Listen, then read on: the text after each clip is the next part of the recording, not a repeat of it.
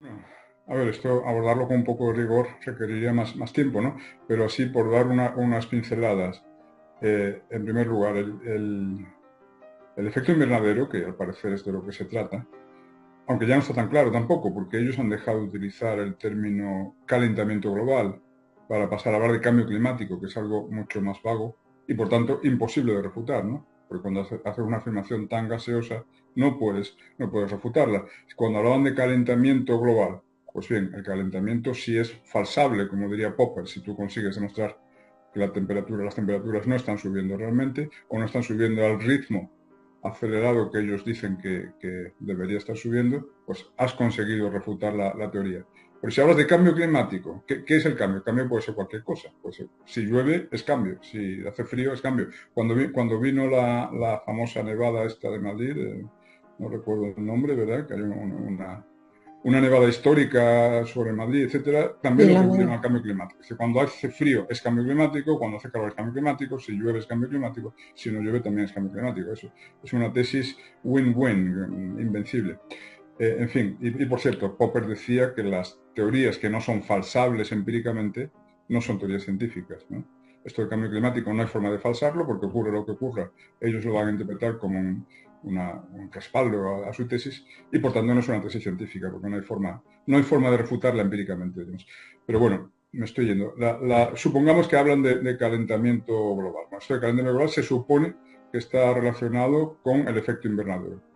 Y el efecto invernadero hay que decir que es conocido desde el siglo XIX. Desde el final del siglo XIX es Ben Arrhenius, el físico es Ben Arrhenius, fue el primero en, digamos, teorizar el fenómeno. Entonces hay una serie de gases de efecto invernadero que, digamos, atrapan la radiación solar dentro de la atmósfera, haciendo que se incremente la temperatura.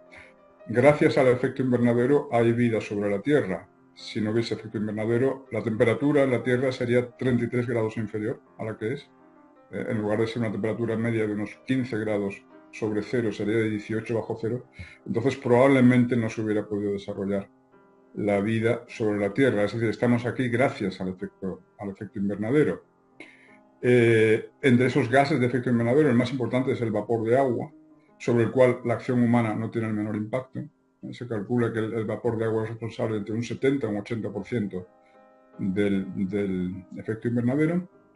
Y después hay otros gases de invernadero que sí están relacionados con la acción humana, en parte, en pequeña proporción, por cierto, y entre ellos el CO2, ¿no?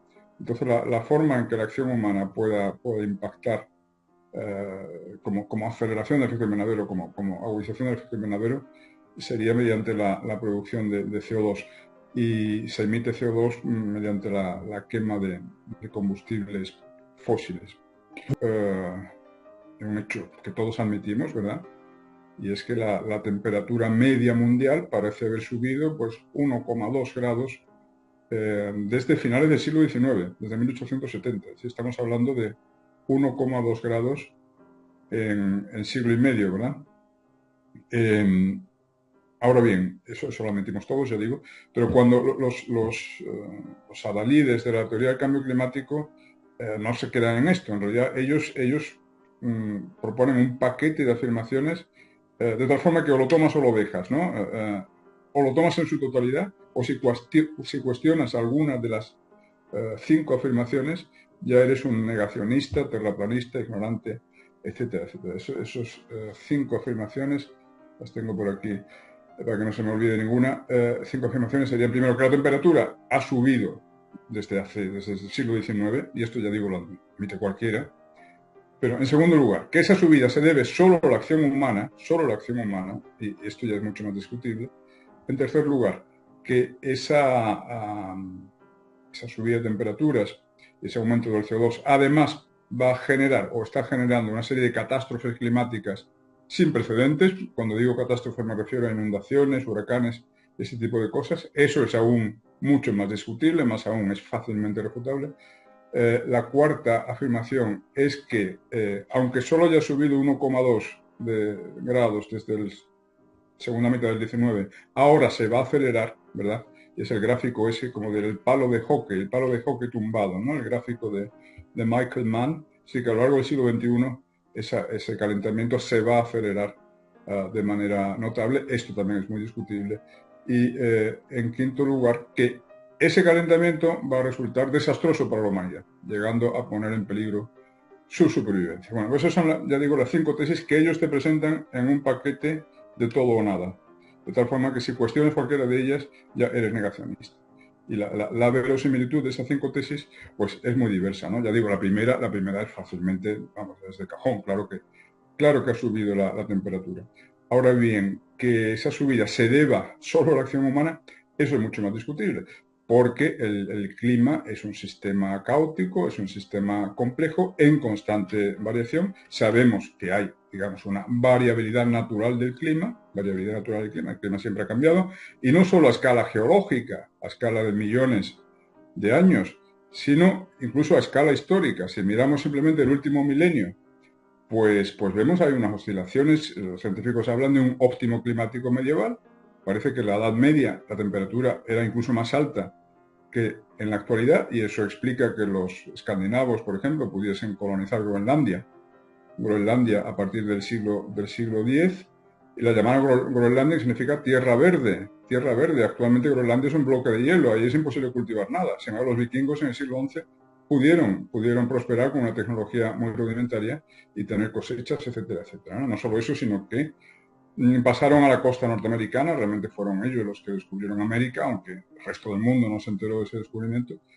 Y a la costa norteamericana la llamaron Vinlandia, la tierra del vino, porque encontraron vides silvestres a una latitud muy septentrional. Parece que estuvieron en Terranova. Hay confirmación ya arqueológica de que efectivamente hubo un asentamiento vikingo en Terranova. Y bueno, si había vides tan al norte como Terranova, es que el clima era más cálido que la actualidad.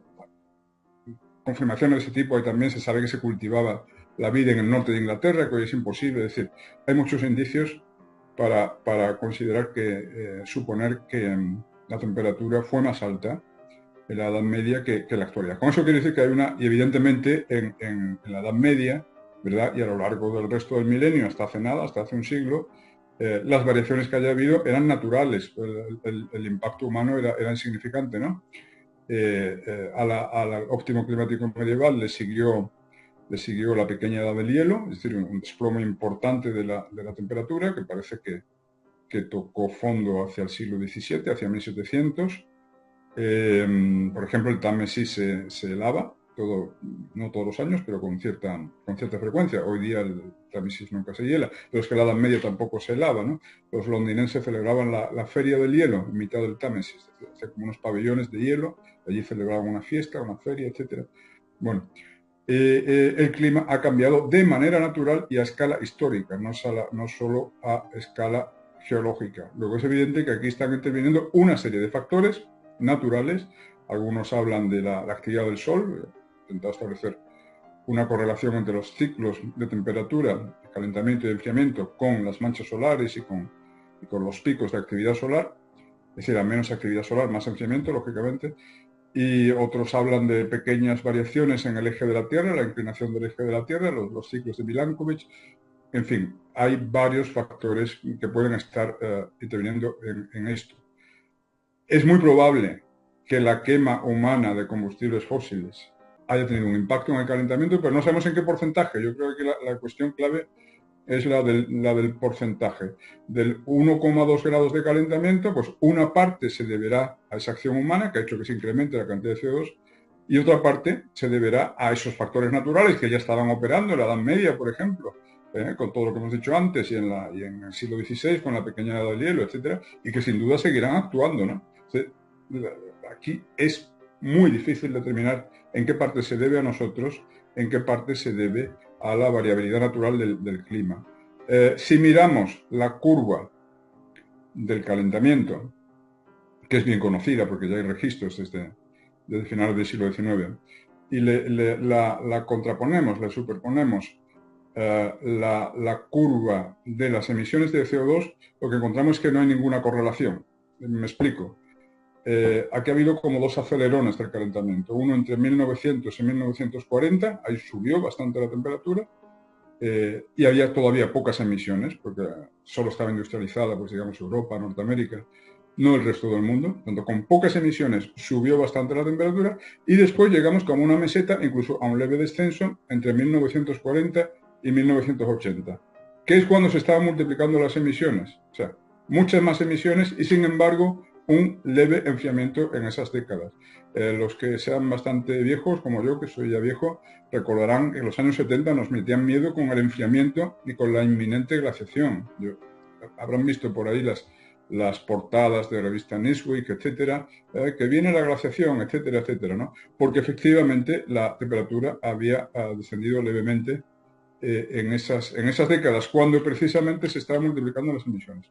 Y desde 1980 para acá se ha reactivado. A ver, si el calentamiento dependiese solo de las emisiones humanas de CO2, pues bien, la curva de calentamiento tendría que corresponderse exactamente con la curva de emisiones y no se da esa correlación en absoluto. Esta es una razón, digamos, de sentido común para dudar de que la acción humana sea el único factor que está interviniendo en esto. Bueno, creo que me estoy enrollando mucho tiempo y esto es un tema para abordarlo más despacio, pero digamos simplemente que sobre todo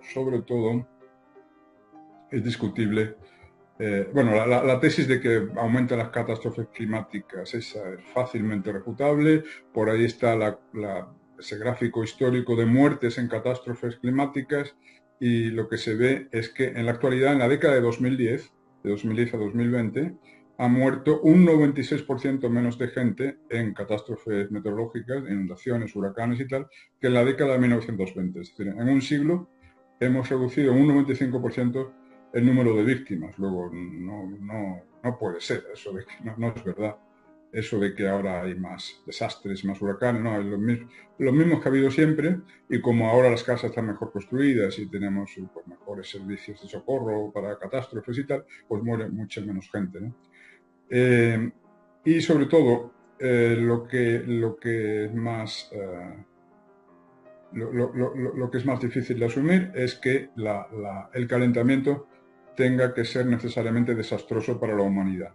No parece que por decir esto, por cierto, a mí me ridiculizaron hace 3 años y salí en los telediarios y tal, y tuve mis 5 minutos de gloria, mis 5 minutos de odio, cuando dije que muere mucha más gente de frío que de calor todavía hoy, concretamente 17 veces más, según la revista The Lancet, ¿no? la más prestigiosa revista médica. Quiero decir, ¿quién decretó que la temperatura óptima para la humanidad fuese la de 1870 y que cualquier calentamiento respecto a la temperatura de hace 150 años tenga que ser malo? No, seguro que en Siberia y en Canadá están encantados con que haya un grado más que en 1870, ¿verdad? Los adicionales no han tenido ningún efecto negativo. El siglo XX ha sido sangriento por otras razones, pero desde luego ha sido un siglo de extraordinario desarrollo para la humanidad. No se ve por qué 1 o 2 grados más tuvieran que ser desastrosos. De hecho, esto está calculado, ¿verdad? Por diversos economistas, por diversos científicos serios. El aumento de CO2 también tiene consecuencias positivas. Por ejemplo, al aumentar el CO2, ha aumentado como un 50% desde el siglo XIX. En el siglo XIX se calcula que estaría en 280 partes por millón de CO2 y ahora estaríamos como en 420, justo un 50% más partes por millón. Pues bueno, ese aumento de CO2 ha hecho que el mundo sea más verde, aumenta la masa vegetal, pero según la NASA ha aumentado en una superficie equivalente a la de Estados Unidos desde el año 80, ¿no? En 45 años tenemos una superficie adicional de masa vegetal equivalente a la superficie de Estados Unidos. Pues parece que es bueno, ¿no? Que haya más vegetación, las plantas crecen más fácilmente si hay más CO2, porque esto facilita la fotosíntesis. Los agricultores en los cultivos de invernadero lo que hacen es inyectar CO2 en los invernaderos para que las plantas crezcan más rápido y se desarrollen más, ¿no? Es decir, hay también efectos positivos. Algunos llegan hasta calcular cuál sería el óptimo y una vez alcanzado ese óptimo de temperatura, digamos, ahí ya se empezarían a generarse daños. Esto lo ha hecho, por ejemplo, William Nordhaus, que le dieron el premio Nobel de Economía por esto, por su modelo, dice que en inglés es el acrónimo de Dynamic Integrated Model of Climate and Economy, modelo dinámico integrado del clima y la economía. Bueno, él da por supuesto que de aquí a 2100 va a subir la temperatura todavía 2 grados más, 2 grados más. ¿Y qué efectos económicos tendría eso? Bueno, pues habría un leve daño económico relacionado con un deterioro de algunas costas, al subir un poquito el nivel del mar. Estamos hablando de una subida de 40 a 50 centímetros, una subida de 10 metros, relacionado con la necesidad de reajustar los cultivos, etcétera, bien, a las nuevas zonas de temperatura, ¿de acuerdo? Pero el coste de todo eso sería como de un 3% del PIB mundial del año 2100. O sea, en 2100, esto significa, para entender realmente lo que significa, en 2100 nuestros bisnietos serán muchísimo más ricos de lo que somos ahora nosotros, pero eso sí, un 3% menos de lo que hubieran podido serlo si no se hubiese producido ese calentamiento de 2 grados. O sea, que estamos hablando de un problema, implica eso, pues un 3% de empobrecimiento respecto al nivel de riqueza